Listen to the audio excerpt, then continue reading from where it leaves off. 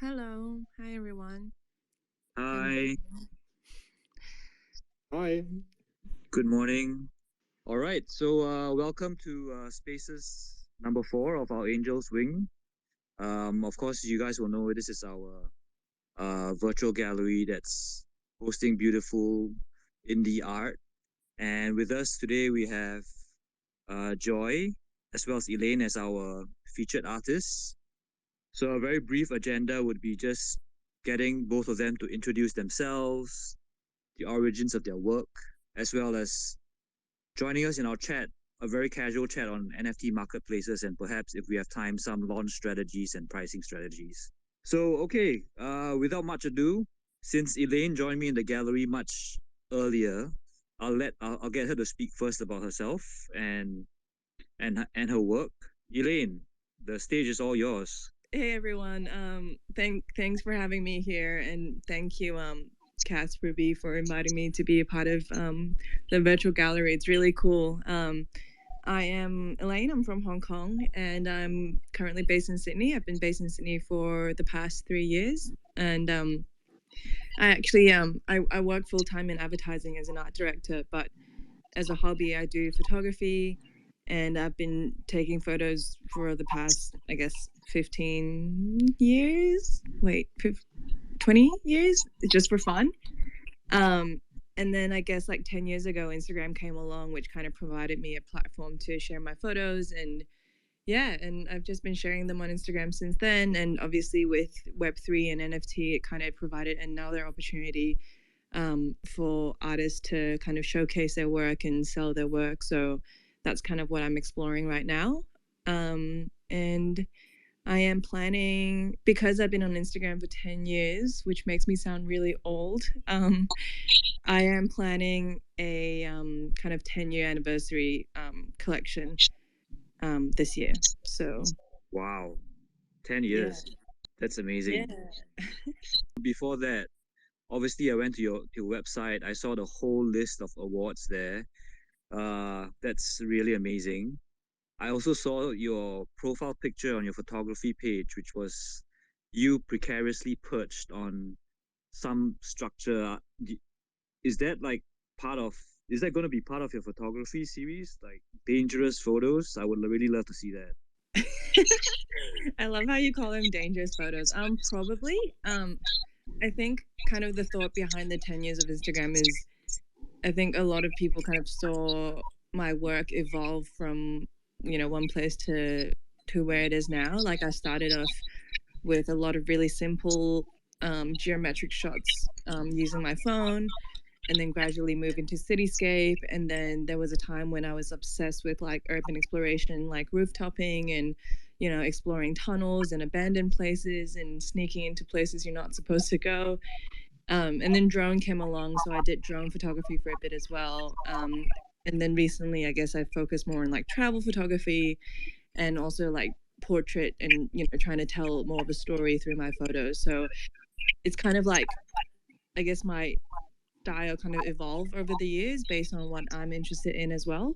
So the photo you saw on my profile picture, that was from my younger days when my knees don't hurt from walking up all the stairs to the rooftop. But you were really perched on that thing without any safety harnesses, and you're just shooting photos from there. Yeah. Okay, okay.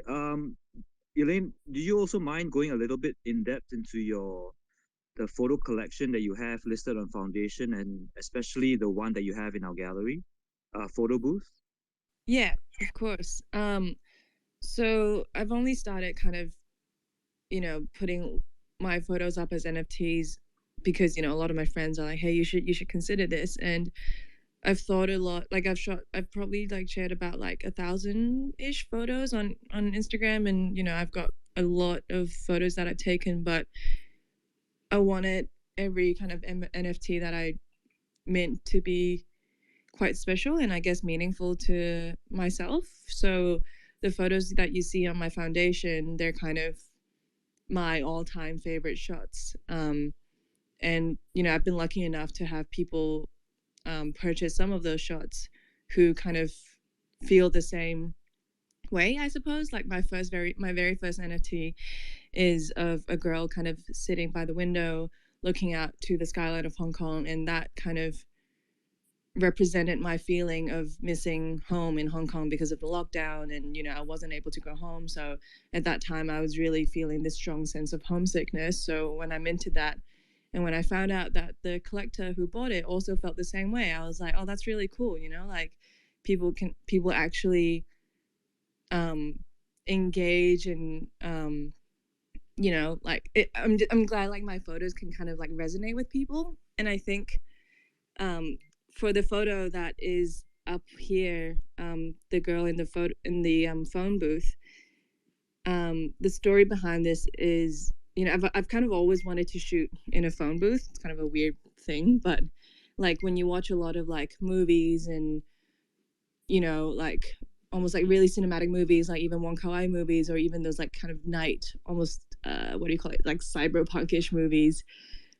There's always like this really cool scene of in the rain, and then like there's these like this one person in like a phone booth, like the whole thing just feels really cool and cinematic, and I've always wanted to kind of create my version of that.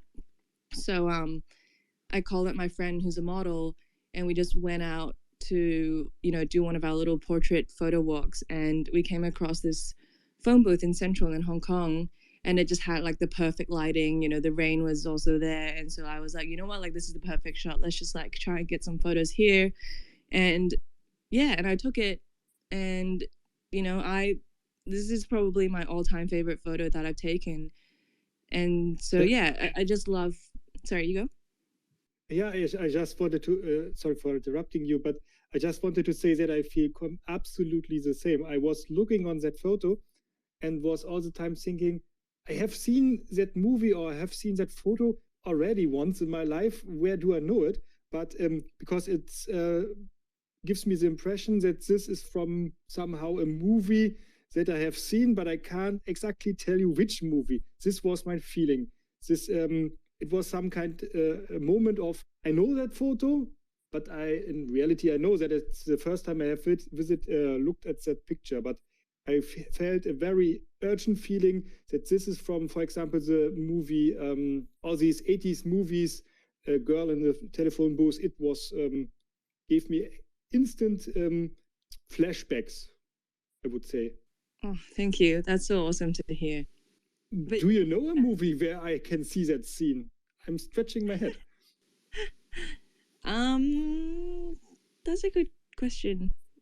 Let me have a think, and I'll get back to you.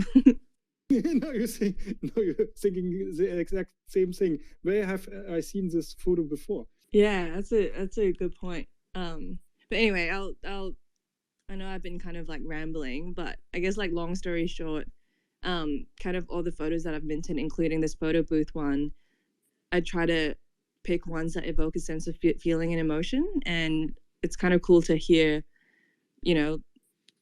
house hop, that you kind of have that sense of yeah, it's Johannes, it's Hans. Okay, nice to meet you.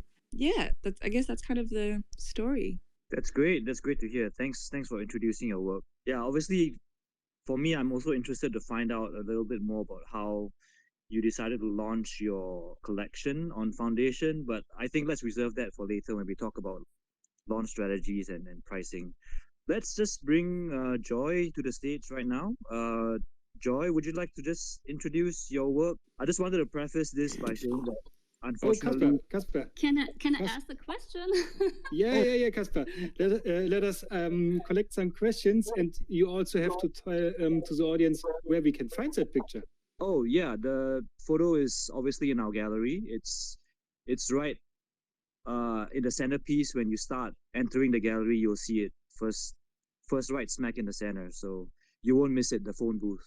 Yeah, Yoon, you want to go ahead with a question? I'm sorry. Hi, Elaine. Nice to meet you. Yeah, so I just looked at your Instagram profile, and I really like you have a very unique, recognizable cinematic style, and I like the contrast that between the business of the city scenes and the kind of solitude scenes in all the landscape pictures that you have. And was wondering, is this why you have this kind of contrast? Is because sometimes you feel like you need to get some time off like the city life, and that's why you try to find balance or in nature, or why this contrast, why there's this contrast between the themes that you chose for your photography? Thanks for the question. That's a really great and in-depth question. Yeah, I definitely think, well, photography for me is kind of like a creative outlet. I do creative work full time, as a job, and as a job, you've got clients, so you kind of have to do what clients want. Whereas with photography, I get to kind of just express my own thoughts and feelings. And I think with my photos, I especially enjoy kind of, shooting at night where, the city is a bit quieter and it's just you and the camera and your own thoughts. And there's almost like a romance to that kind of quietness when, being from Hong Kong, you're just used to this really busy and fast-paced life. But at night, everything kind of just like slows down a little, especially like late at night. So yeah, I think I kind of just try to express my own kind of feelings through photography, because I'm obviously not very good at words, like you can tell right now. So I try to do that through clicking the button on a camera. Oh, you're amazing at words. Don't worry about that. Yeah, as you said, your photography have a very like a romantic style to it, and if I look at them, I certainly can feel a lot of emotions. And as I said, yeah, there's this very unique cinematic style to it, and the way movies are actually made is basically to provoke emotions, right? Yeah, so I'm looking forward to see your 10-year anniversary collection this year. Thank you so much. Thank you. I realized that I haven't introduced myself. I'm sorry. So I'm Hans, and I recently visited your Twitter profile, and I'm wondering, is that really you in the on the Twitter profile? You on the skyline, sitting on a very dangerous place? Yeah, that's me. That was me 5 years ago, I think. 5, 6. Did you look down? Yeah. There was a point in my life when I was, younger and more reckless. I don't think I can do that anymore. So as an explanation, she's really on an edge of some what is that? A sign from an advertising or something, and you are really on the edge. I think a little wind and you fall down, right? Yeah, I guess so. But hey, I'm here, so it's all good. I'm so glad. Are there any other questions from co-hosts? Yeah, I have a question. So, been looking at these photos and on the foundation, and it's, yeah, as others have pointed out, really cinematic feel and very kind of dreamy. I feel some of these photos, which is great. And I wonder if you have any particular direction that you try to do in post-processing. I wonder how much of this is possible to capture with the camera, and what do you have to do in post-processing to achieve this unique style?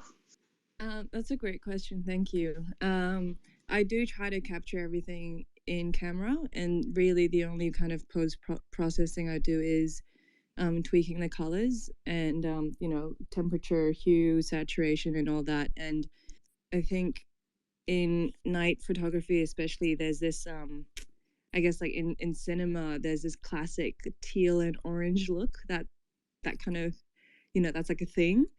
And I think for a while I was kind of leaning into that, because I think that does kind of give a really cool, it gives a really cool look that just evokes, a different feeling. So yeah, it's mostly just like color grading, really. So yeah. Nice. Very well done. I just saw that you actually do shoot with drones because you have some like aerial perspectives. Yeah, I do. Oh, these are amazing. Thank you. And do we have any more questions? Thanks so much, Elaine, for taking those. Yeah, if not, I think it's been great chatting with Elaine. But it's time to also now move on to Joy. So yeah, like I was saying just now, Joy, I'd like you to introduce yourself, but I think before that, let me just preface this by saying, unfortunately, because of technical difficulties with Foundation on the virtual gallery, we weren't able to show the full suite of Joy's work, of which actually it was based on her Foundation work that I approached her, because there were a couple of pieces which had beautiful music paired with abstract art, and I totally love that. But I think I'll let Joy introduce her work herself. So, Joy, the stage is yours. Thank you for having me, Casper. And yeah, hi, I'm Joy Joe, an abstract expressionist based in Seoul, and I've started my art career in Australia back in like 2007 at Melbourne. And after I finished my MA course in UK, I had several shows in UK and Germany as well, maybe around like 2011 to 2012. And now working as an artist, and also I was in independent rock band like 8 years ago. I was a vocalist. So yeah, in NFT space, I'm trying to mix up my own music and my abstractions together. So yeah, as Casper mentioned, you guys can see my audiovisual works mainly on the Foundation, and I do also digital abstract paintings, and most of the digital work is listed on OpenSea. And yeah, and I believe that abstraction can express the entity of all the objects. So I especially like to express things that are hard to see with our own eyes, such as angels. And I'm trying to express time and space and the invisible realm mainly, and the change of my mind as it is. So yeah, I hope you enjoy my gallery of my own artworks, and also I do collect lots of other artists' works too. So yeah, you guys can check the collection gallery as well on my profile, maybe via the solo 2 link. Yeah, and that's it. Oh, thanks so much for the wonderful introduction. I have so many questions, but I'll just focus on the one. How did you move from being a rock band vocalist to like art?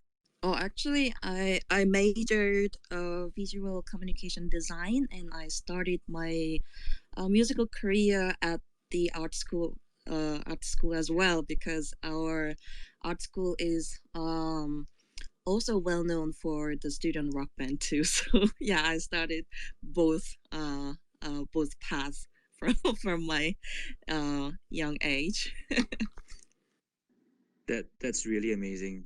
I mean, I think the one thing I feel that's lacking a little bit in the NFT space is still music. So I was really captivated when I came across your piece that had both music and visual aesthetic, and I really love that. We also do have another piece that's featured in our West Wing, which is obviously Johannes and his dad's work. And that's why I approached him actually, because it's one of the few pieces as well with music and art. But I think I won't hog the stage. Do any of my co-hosts have any questions for Joy?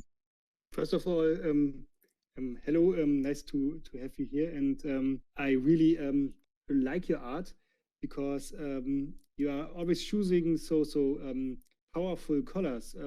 What's your so I know, for example, when my father is starting a picture, he's having a plan, what he wants to express, what theme he wants to have, and then choosing the colors in at once. How it works for you? How do you decide for the complete ensemble for your images, which you are doing on canvas? I actually do I just push it away on the canvas right away. So I don't have any color scheme structure, but then I just fully follow my inspiration that the moment I captured. So I see. So you just let it flow, right? Yeah. Yeah, nice to see. Thank you for asking. Yeah, I always wonder how it starts. But so you say it starts with one color, then you add another one, and layer them on top of each other, right? Yeah, I start with one color, but it depends on thought. Maybe I've tried to empty my thoughts first, actually. So when I stand before the white canvas, I actually try to extract the emotion thoroughly. So yeah, I normally pick only one color first, but then sometimes I do mix up like more than 3 to 5 colors first. Thank you. Thank you. Hi, Joy. Nice to meet you. Hi. It just worked for me now because I remember that I tried to look at your pieces on Foundation and they won't load. So I thought it's just like something wrong with my browser, but now it just worked. So I could look at your animation, with the animated pieces now for the first time. And you mentioned that the pieces on Foundation, they are made with acrylic paint, right? And the ones on OpenSea, they're digital abstracts. Yeah, mainly, but some are physical works as well remaining. But recently, I'm uploading digital only works on OpenSea, and the physical painting based audiovisual works on Foundation. So I really like the piece Deep Dream. I have a strong preference for space and space theme. And did you create this piece like on several different canvases and then somehow merge them together for these animations, or how did you do that? I mean, probably you have to paint several different individual parts and then to merge them into the animation. For the Deep Dreams painting was done like 10 years ago, and then the work was meant to be a full of animation, like 5 minutes long. That was one of them work for my master course, but then after 10 years I wanted to make a new piece of animation from all the elements I used to use like long ago. So it's kind of recreation, starting from the physical paintings, but then I composed a new tune and I sang over it, and yeah, just from one picture I cropped the image of the earth and all the stars. So yeah, it's like splitting all the parts from one painting. Thank you. It's amazing to hear the story behind everything, and it basically this. It took you kind of 10 years to make this piece, or at least to collect the elements, which is really interesting. Yeah, there are, older artists who understand that there's tons of works remaining in our studio and our room as well. So yeah, there's lots of opportunity to recreate something from our garage of art. Yeah, that's excellent. Yeah, great to hear how actually the creative process, or how artists basically create things along their journey. And yeah. Yeah, Elaine, do you have the question? lifetime journey. Yeah, I did. Hey, Joy or Joe? Joy? Joy? Oh my God, your work is amazing. It's like, I wish I can do what you do. It's so cool.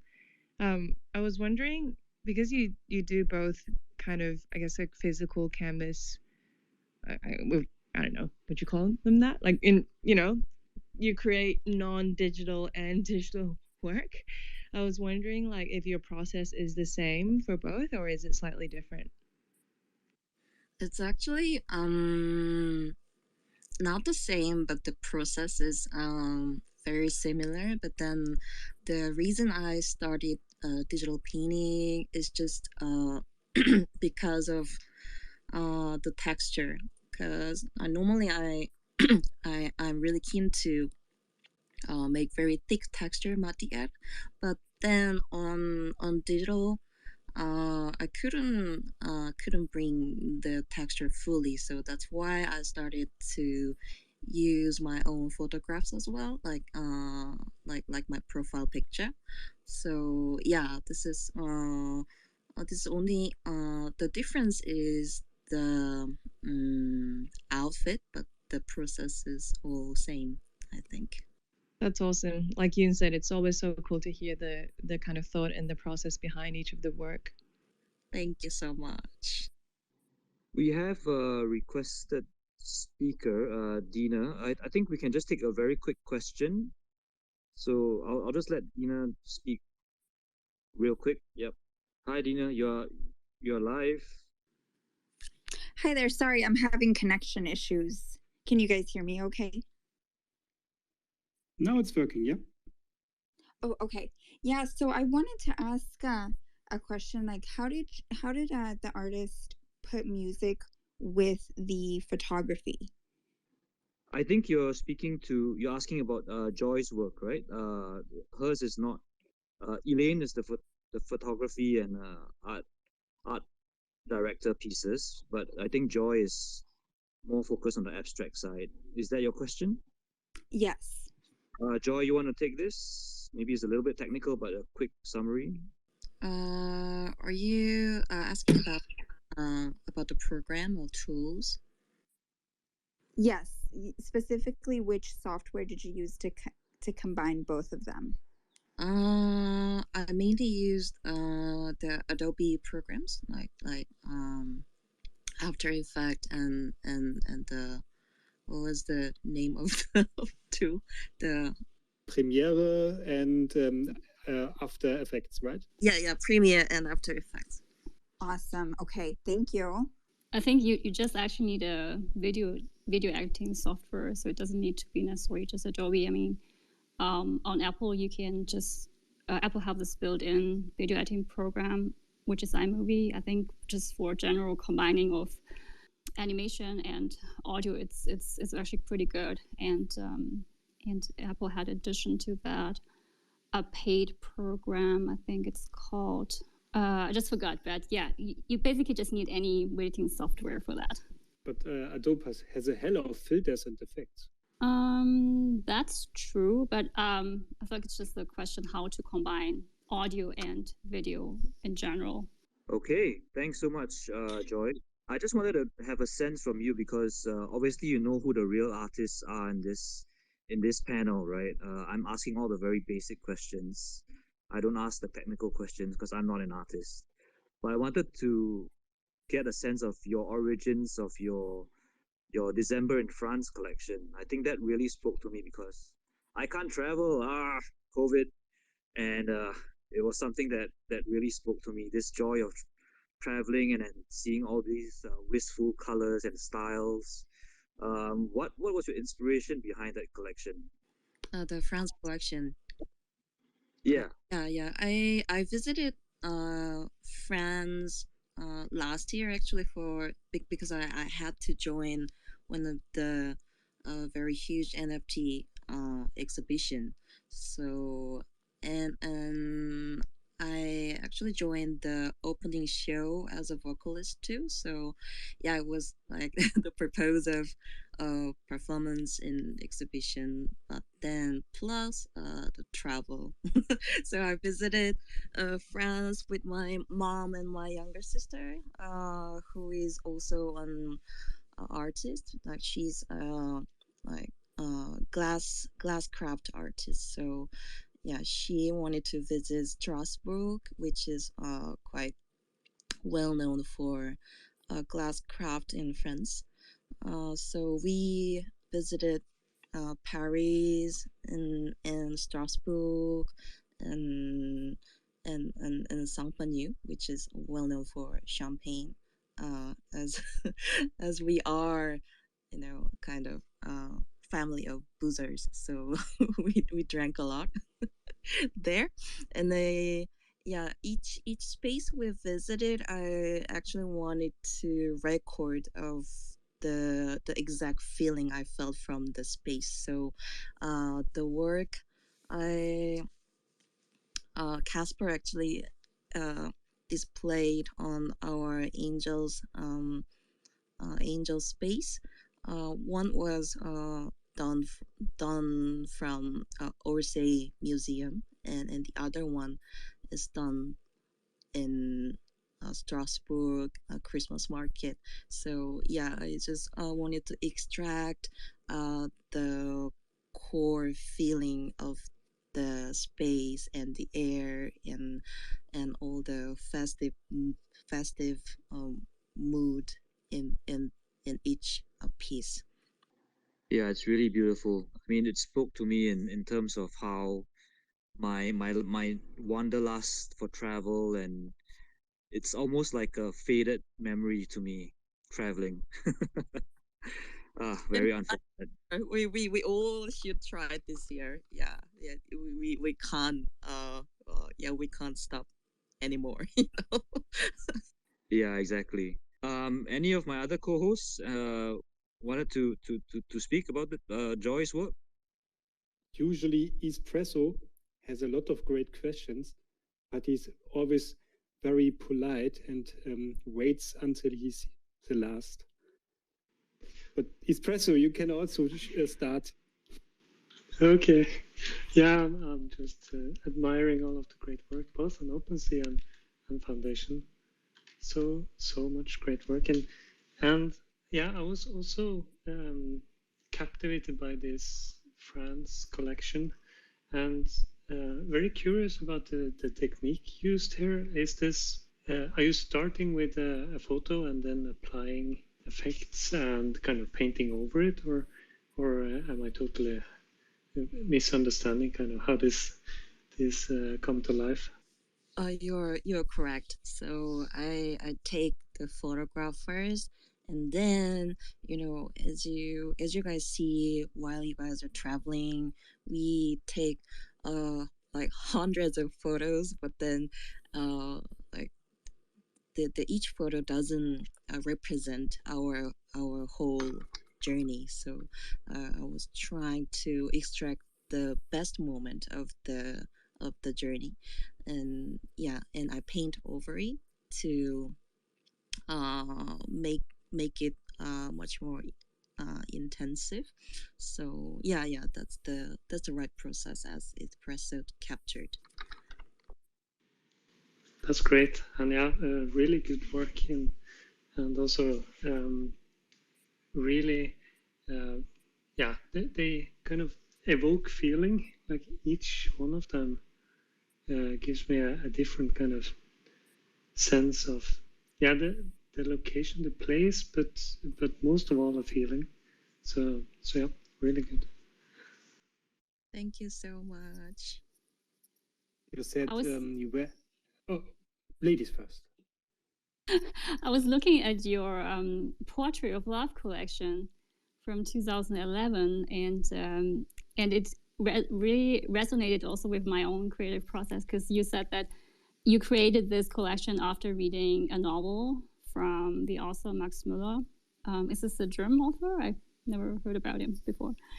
But yeah, this is also resonates me in the way that the way I create art is also often inspired by literature or music that I read or hear. So and I really like the composition and the color palette of this collection.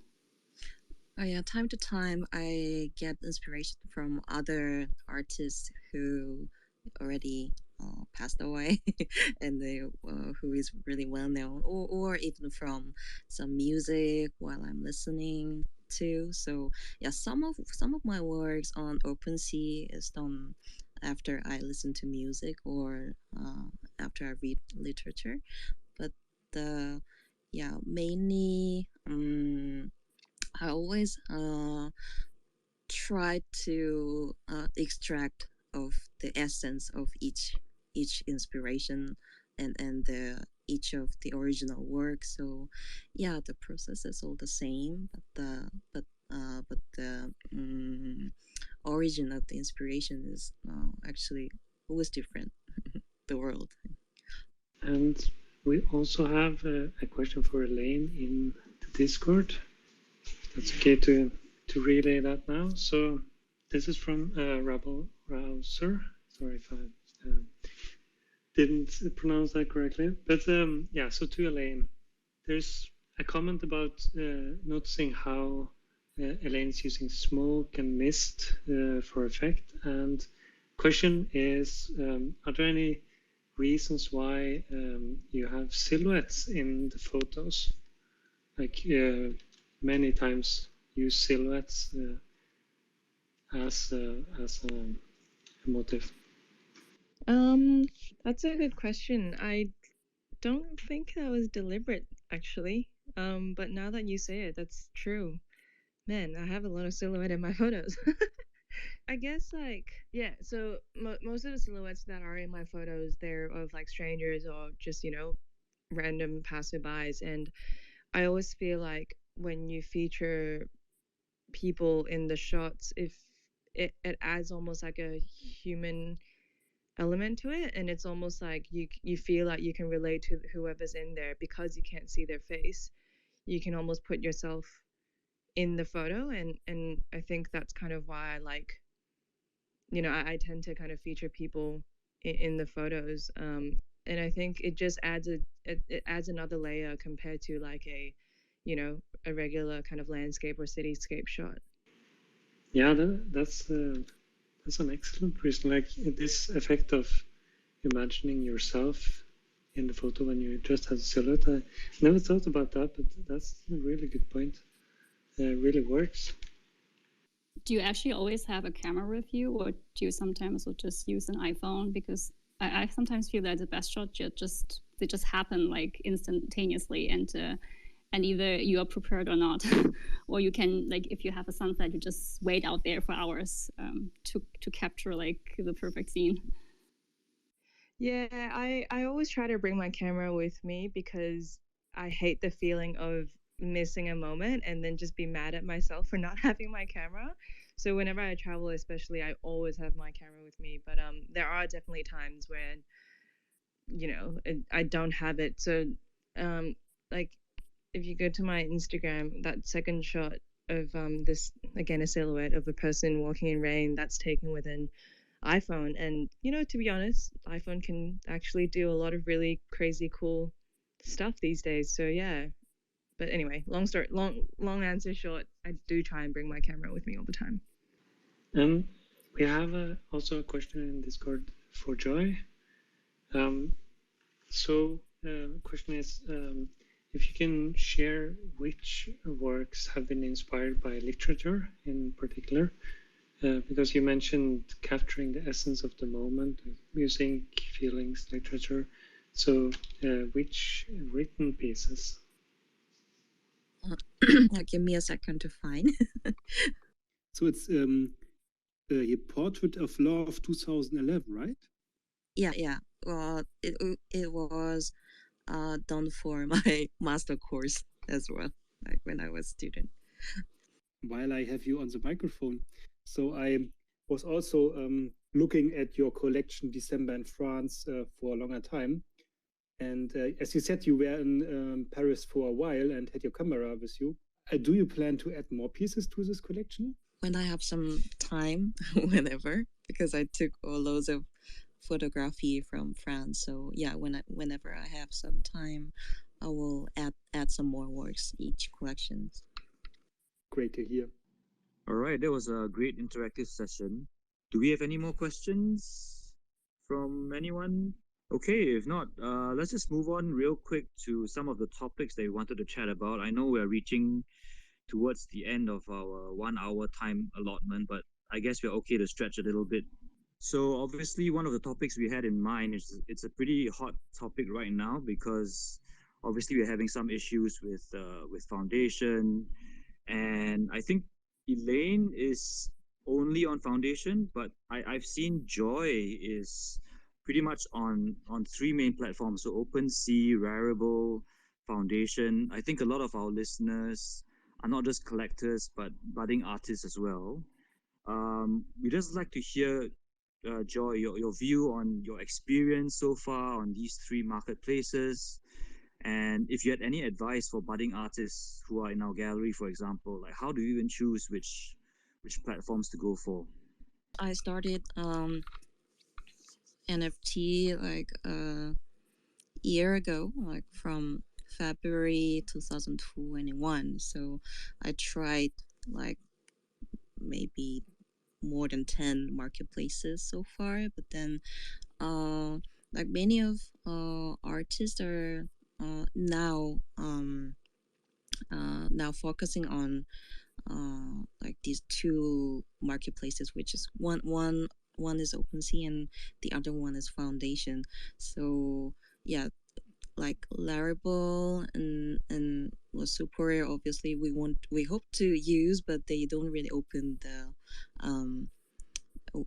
open the pie for the for many artists. So yeah, so one is for everyone to use easily, and the other one, Foundation, is for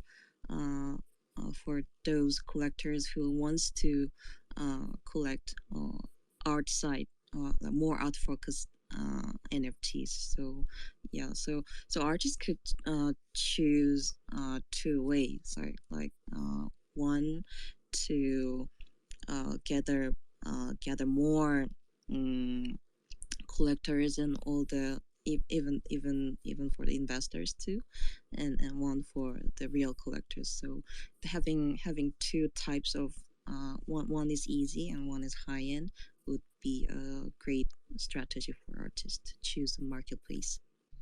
I think you used the word affordable for OpenSea, right? Sorry, pardon? I think it was your website. On one place you wrote the following, that on OpenSea it's affordable. Oh yeah, affordable. Yeah, so the price strategy also can be delivered differently. Like one is affordable and one is high end because of the system of each marketplace. Also because on the Foundation they take like 15% of the fee whenever we sell, and they do get gas fee twice when actually three times when we set the collection once, and when we mint, and when we lease. So yeah, we gotta get that in mind when we set the price, like considering all the fees. That's a great summary for any budding artists who are looking to come into the space. I mean, wow, 10 market spaces. That must have been quite a harrowing experience going through each and every one of them. Not to mention the gas you probably paid for all of that.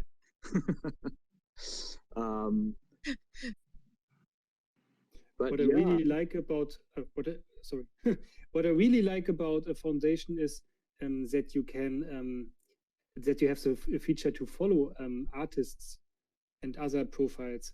So then you get an email if somebody mints, which is a feature I would really love to see also for OpenSea. So the Foundation is somehow more a social network where OpenSea is more, like eBay marketplace, right? On eBay, you don't follow people. True. So for me, I'm not an artist, and I realize that art is really subjective. But Joy, how do you decide which pieces go on foundation and which ones go to OpenSea? I mean, do you purely look at, oh, the effort that I put in on each piece, like because I have music and art on a piece, I put it on foundation, or what is your typical thought process like before you decide? Yeah, because of the specialty and character of each marketplace, we should separate the quality. All artwork is all qualified, but we gotta put our resources in different ways. So yeah, and this should be understood by our collectors as well, because if they don't understand, they won't pay for our art. So yeah, to make it obvious, like to set very different styled collection, I started to combine music and physical painting on foundation only, and then like on OpenSea I remained the image only works mainly. Yeah, that's great to hear. Maybe before we take some questions, I'd just like to hear a little bit from Elaine. Obviously, she has kind of openly complained on Twitter that Web3 is such a difficult place to keep up with. How did you decide on foundation for your first marketplace? I mean, is it just because your friends told you it was the place to be? I didn't think too much about it.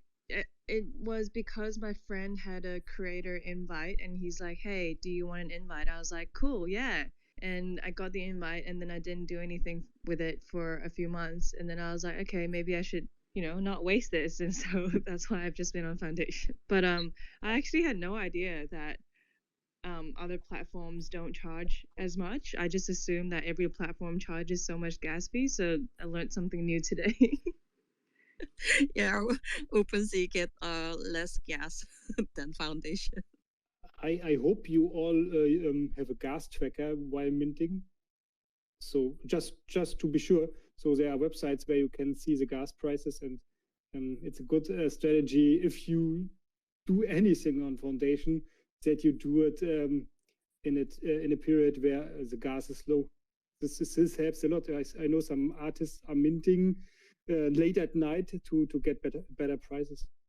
Like for Asian time, it would be like afternoon, like 3 p.m.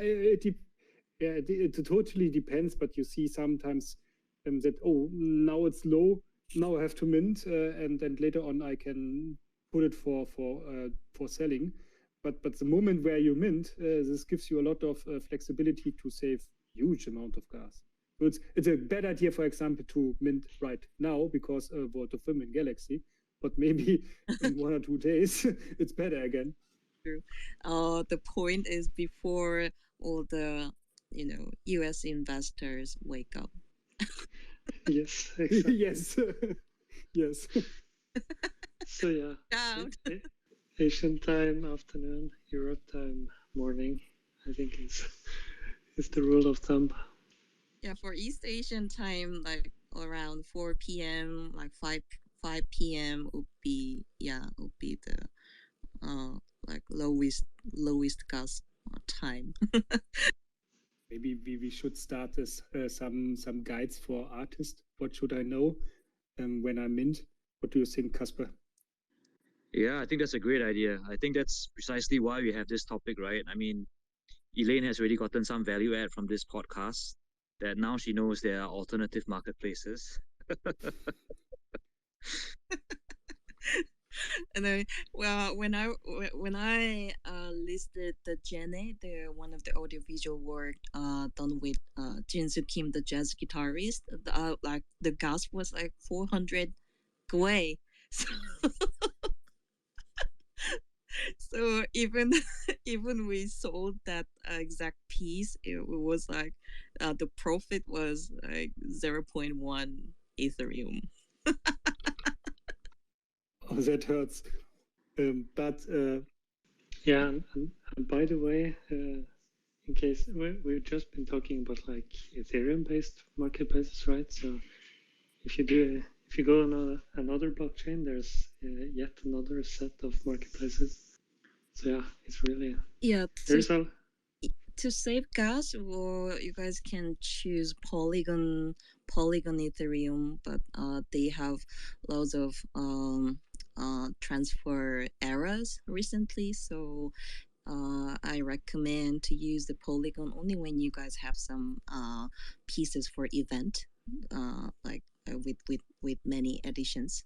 So yeah, for the main collection, still Ethereum is better than other chains, I think. And I tried Clayton as well, but they has a lower gas system, but the audience is still only in Korea mainly. So yeah, it's still Ethereum is the best at the moment.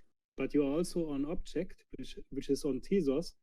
What's your appearance there? Because this is a blockchain where I'm not that comfortable right now. Yeah. What's your experience there? I tried Tezos, the OBJ, what was the name? Object.com, and before that, Hick and Nunk. But then they got hacked. So after the marketplace got hacked, many artists lost their interest actually. So yeah, I don't really use Tezos recently. I hope you didn't lost too much in that incident. I didn't get hacked for my account, but the collectors also are not turning back to the marketplace. So yeah, there's no point to stay there. Yeah, so this is interesting. If I remember correctly, the Hick and Nunk marketplace was taken down by the creator at one point, right? So I don't know exactly why, but at one point, like the entire marketplace was gone, and then in a couple of weeks' time, the community had built a new marketplace that resurfaced all of the works that used to be on Hick and Nunk, right? And now, a few months later, the original creator of the marketplace is back with the original marketplace again. So it's been like a roller coaster ride. Yeah. You mean that thing nobody can pronounce, which many people just say hen, right? Yes, let's call it hen. Thank you. But I think you mentioned Object, and I've also been using Object, and actually first collection I created was on Object, primarily because of the gas fees, which are basically non-existent, or there's gas actually been in a gas war or two on Tezos, but still it's like nothing compared to an Ethereum gas war. My kind of initial impression of Object is that it works and it's a clean interface and there seems to be a community, but of course curious to hear about your experience, Joy, in terms of community on Tezos and others, if they have been on that blockchain. And yeah, I think one reason for spending time on Tezos has been, for me as personally, has been FX Hatch for generative art, so which has been like a very big community building in only a few months. So it launched in November. Already they've minted more than 500,000 generative art NFTs. So that's... I just realized that we have no pieces from Tezos in our gallery. Kasper, is that a technical limitation, or didn't you found an artist that you wanted to feature? Yeah, right so now? the problem with delegation is that you can't delegate art on any chain except Ethereum for now. So all the pieces on our walls are Ethereum, unless I, as the gallery owner, own it. I can't display anything on other blockchains. Ah, I see. Yeah, the on-cyber actually accepted Tezos, but the chain was really slow to load the works. So I I gave up to use Tezos on Cyber. Yeah, it's not really the problem from Tezos directly. Everything or a lot of stuff is, I think, also on IFPS, Interplanetary File System, and this is very slow. But here, OpenSea is caching everything so that it feels faster. But yeah, smaller marketplaces are not having these huge resources to cache everything on their own. So you have to wait. Yeah, I think this is a very interesting. Sorry, Espresso, you want to go ahead? Yeah, no, I was just going to say I've also felt the pain of the slow on Cyber Tezos integration, so it's a struggle. I think actually. Oh, sorry. You see how decentralization is slow, and because OpenSea is centralizing it and then giving you the impression that it's fast because they cache it on their own. That's one of the reasons why OpenSea is a market leader. They have so much resources in the background, you don't realize that they are there. But if you're not having caching, like OpenSea, then it's slow for you and you don't like it. But OpenSea is not decentralized. It's Web 2.5. Yeah. Yeah, we are in between the centralized and decentralized, like 2.7 maybe. Yeah, I was just going to say that it is a very interesting topic because in my other life, or my other half of my crypto NFT life, I actually do a lot of DeFi, staking, and a bit of trading for crypto. And communities are a very big part of any chain, right? And I think right now for NFTs, Ethereum is still the market leader by far. For those who have only just joined us, gas is not normally at double digits. I think we will see another outflow of investors, collectors, and artists once the bull market comes back and gas is pretty much at triple digits. So I think it's going to be an interesting topic for us in the upcoming spaces. We should probably talk about that. You know, the different communities of art and how it's probably going to evolve, and is there even a space for these other alternative chains like Solana, Tezos? I'm not sure, but maybe there's a space for every, there's a niche for every chain, right? Yeah, that's a good suggestion for a follow-up topic, because I think what we're seeing is that these communities are forming around these marketplaces and solutions and blockchains, and there's not necessarily a lot of overlap between the communities, I feel. So that's an interesting thing to dig into a bit more. Do we have any other questions? Yoon, you I saw you wanted to speak just now. Not really. I just wanted to add that I actually only moved to Tezos because of Espresso. Because initially I think when he started out his star collection, he gifted me one of his first stars, and that's how I actually discovered Tezos. And I was actually very impressed by the quality of artwork that is out there that you can actually collect for so cheap, and it's really unimaginable. On Ethereum and actually on Tezos, the key difference is that most people sell editions instead of one-in-one art because the art is so cheap. So, and I once tried to upload one-in-one pieces. I made a tiger collection for Chinese New Year, and these were like more than 20 pieces, and it took me more than a day to upload everything because it was just so slow. And yeah, it was incredible for the amount of work I actually put into to do this. And it was so I really had to rethink whether I would continue to to upload one-in-one art there because it was just so time consuming. Yeah, so I remember that discussion. It's also a question from which point of the earth you are coming. So these sheep blockchains and these cheaper marketplaces are a good opportunity from artists from developing countries, because if you say, oh, in the end I will have just $10 as an income, that's not that's too low for me.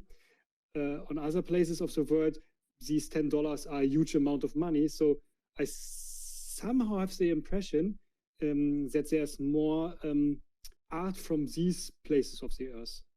So where it's everything is more affordable. So this is also attracting a completely different audience and art and type of artists. No, not type, but better to say artists from other regions. That's my impression.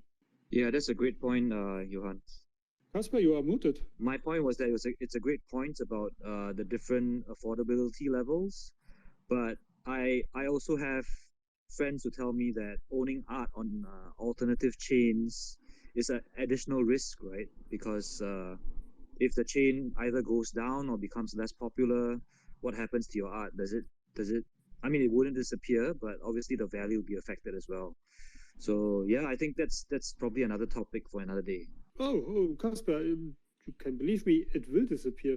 So yeah. So after Hen went down and IFPS wasn't so on IFPS you have to pin the art, the images. So somebody needs to pay money so that they don't go away. And a lot of people were very freaking out when they realized that Hen is down, because if some time goes by and nobody is pinning the files, then they are lost forever.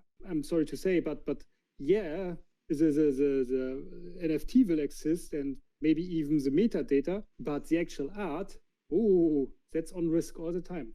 Yeah, so I think Hen is an interesting study on this topic, because when the marketplace disappeared, kind of the initial reaction from the community seemed to be that it's everything is lost, like all the NFTs, everything is gone. As we saw, they did manage to build a community-built marketplace to show the same NFTs again. So because they, as you said, they are on the blockchain and there is metadata, but the actual art, the images, are usually not.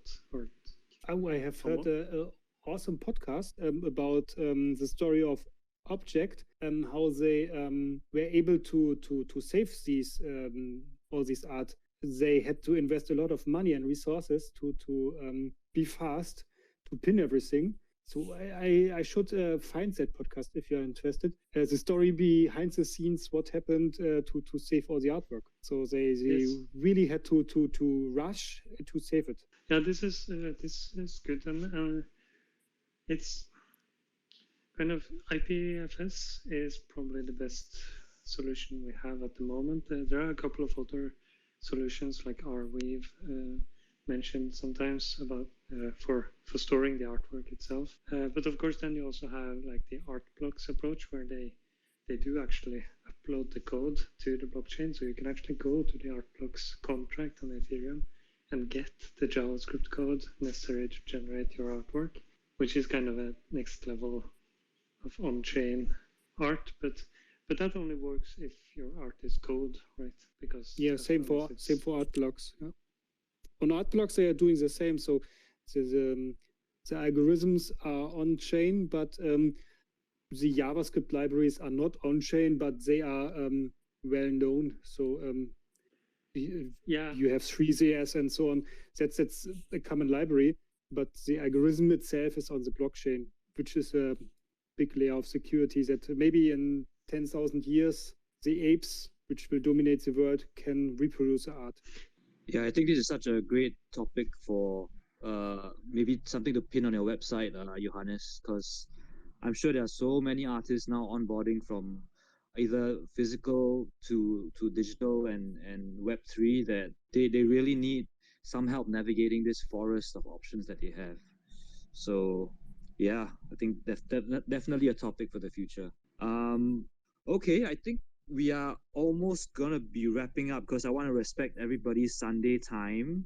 It's been such a great session, but the one last topic I wanted to bring up was pricing and launch strategies for launching a collection, because we have new artists that we've seen that are very interested in understanding what's been your experience, both Elaine and Joy, about how you would launch a collection. I mean, maybe let's just start with Elaine. Like, since you're such an experienced photographer, and even in the physical world, how did you start your collection, and how would you advise a budding artist who's just coming in, how to price your work when art, even photography, is something that it's rather subjective.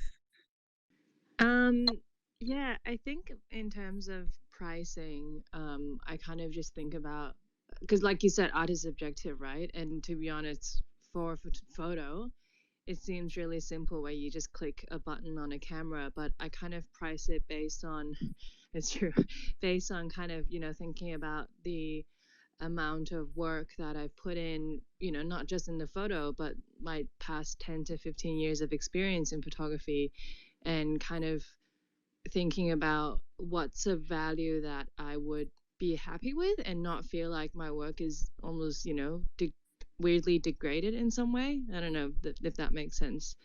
And so like the way I kind of priced it was, when I first started, I sold mine at kind of 1 Ethereum, because it was kind of like, cool, let's just give this a go and try. And then when someone did buy it, I just continued to set my price around that kind of mark. But for the phone booth picture, which I mentioned, is one Ethereum is actually a dream price for most artists. So, but please carry on. yeah, I mean, I've been really lucky. Like I think yeah, I've definitely been really lucky with my collectors, and I think with the phone booth photo, I set it at a pretty high price, but it's because it is my favorite photo of all time, and to be honest, I don't know if I'm gonna create another shot, from my personal perspective, as good as that, and so I just feel like the price I set is what I'm happy with. And yeah, I think it could be really easy to feel kind of depressed and sad when you put a work up and no one responds to it, because I had that feeling as well. Some of my work were up there for like a few months.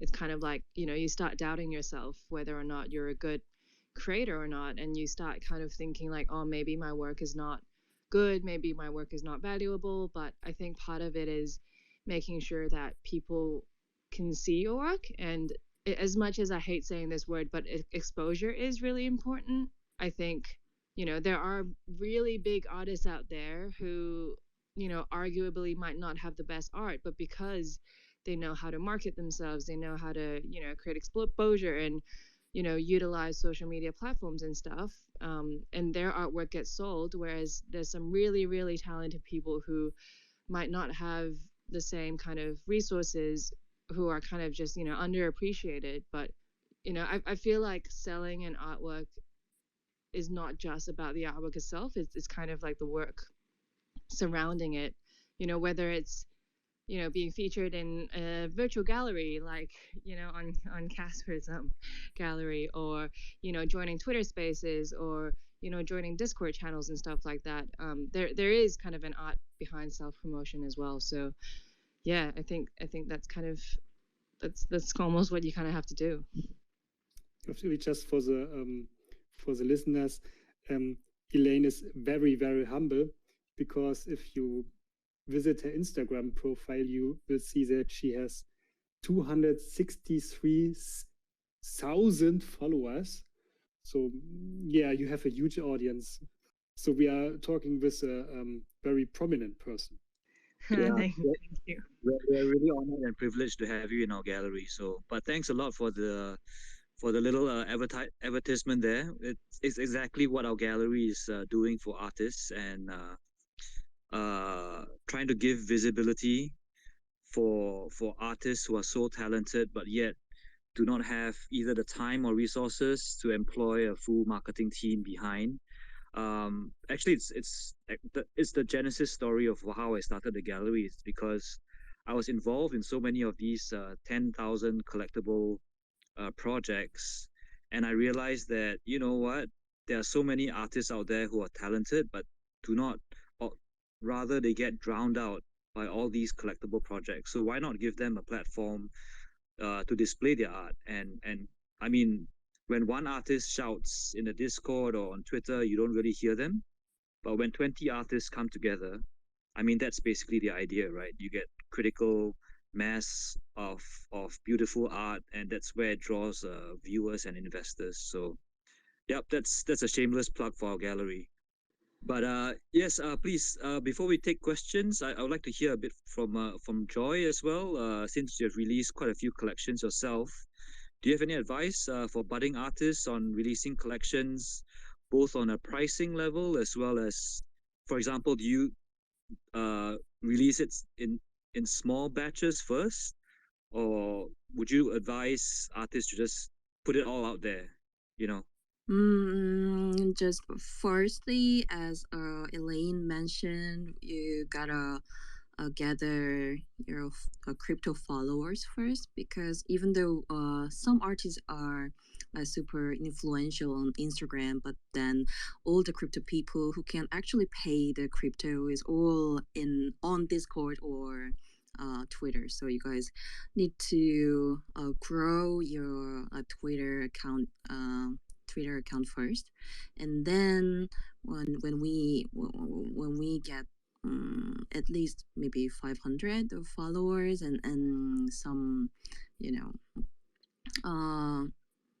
yeah, when we post something, some crypto people should check it to make first sale. So yeah, so first of all, you guys need to spend some time to grow your Twitter and Discord account, and I highly recommend. And for the pricing, like not putting everything you have first, because your account is not really fully ready for the first time. So yeah, just test one by one, like few, like less than 5 pieces on OpenSea first, and then after you get enough audience on your account, then you guys can try foundation or the other curated platforms, more high end. And yeah, and for the pricing level could be different at that point. Thanks. That's very insightful, and I'm sure it's very helpful for new artists that are listening in. I also want to echo what Joy said, because she's right. Like, the crypto community is very different from, say, Instagram community. And this sounds really bad, but when I first listed NFT, I was just like, oh, this should be easy because I have a following on Instagram. It was not. And like, you gotta just have to like rebuild kind of an audience on Twitter, Discord. It's such a different kind of group of people. And yeah, it's so true that you really have to spend time kind of building that audience before even launching a collection.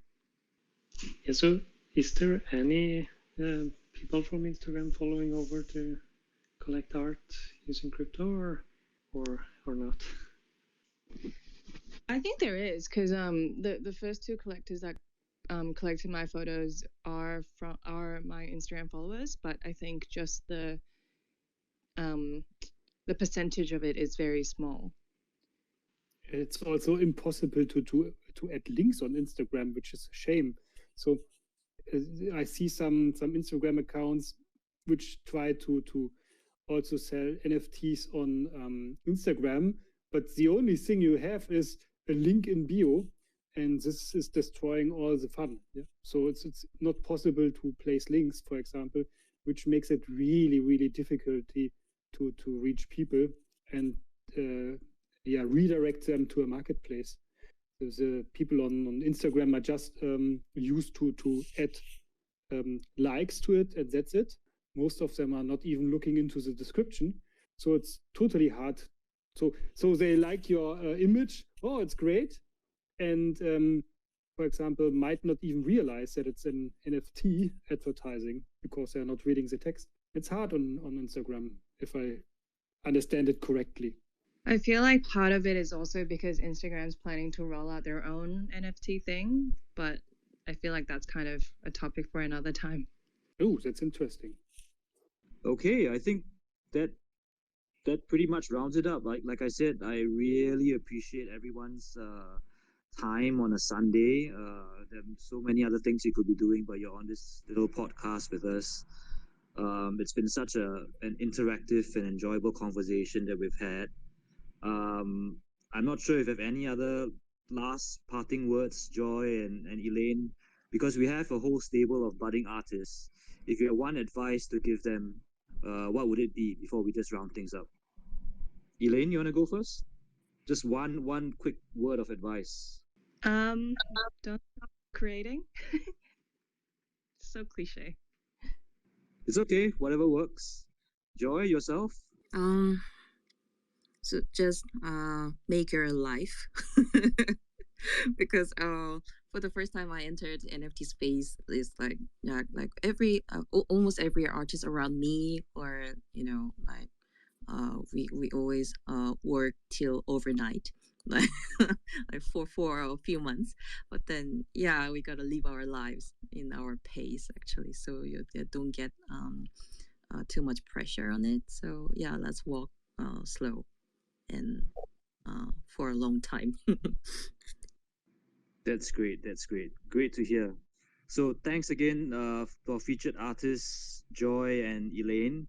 You can check them out in our virtual gallery. It's on my profile, and you'll definitely see it on tweets as well. We have weekly spaces, so do look out for those to be scheduled. We do try to rotate time zones and try to at least announce these times a few days in advance. Thanks again also to my lovely co-hosts, Yoon, Espresso, and Johannes, and to all you listeners listening in. Thanks again for your time. So let's just call this a wrap. Have a great Sunday, everyone. Have a great Sunday or Monday. No, Saturday. And thank you very much that I was able to speak with you both. Thank you. Thank you. Thanks, everyone. Thank you. Bye bye.